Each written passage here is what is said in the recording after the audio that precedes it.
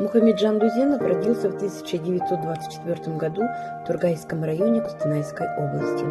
Окончил Московский литературный институт имени Алексея Максимовича Горького. Работал в Кустанайской и Алматинской областных газетах, в журнале «Жолдыс», в аппарате Союза писателей Казахстана. Первые стихи и рассказы начали печататься с 1949 года.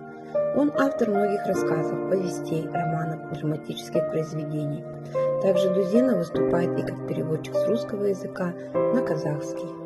В своих произведениях писатель пишет о любви к родной земле, к замечательным людям, проживающим на ней. Этой теме и посвящена книга Мухамеджана Дузенова «Хочу стать отцом».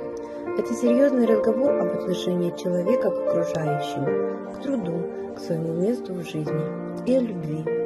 О любви, потому что главный герой произведения – молодежь казахского аула с поэтическим названием «Аккут». В каждой строке чувствуется глубокая любовь автора к казахской степи, ее замечательным людям и их судьбам.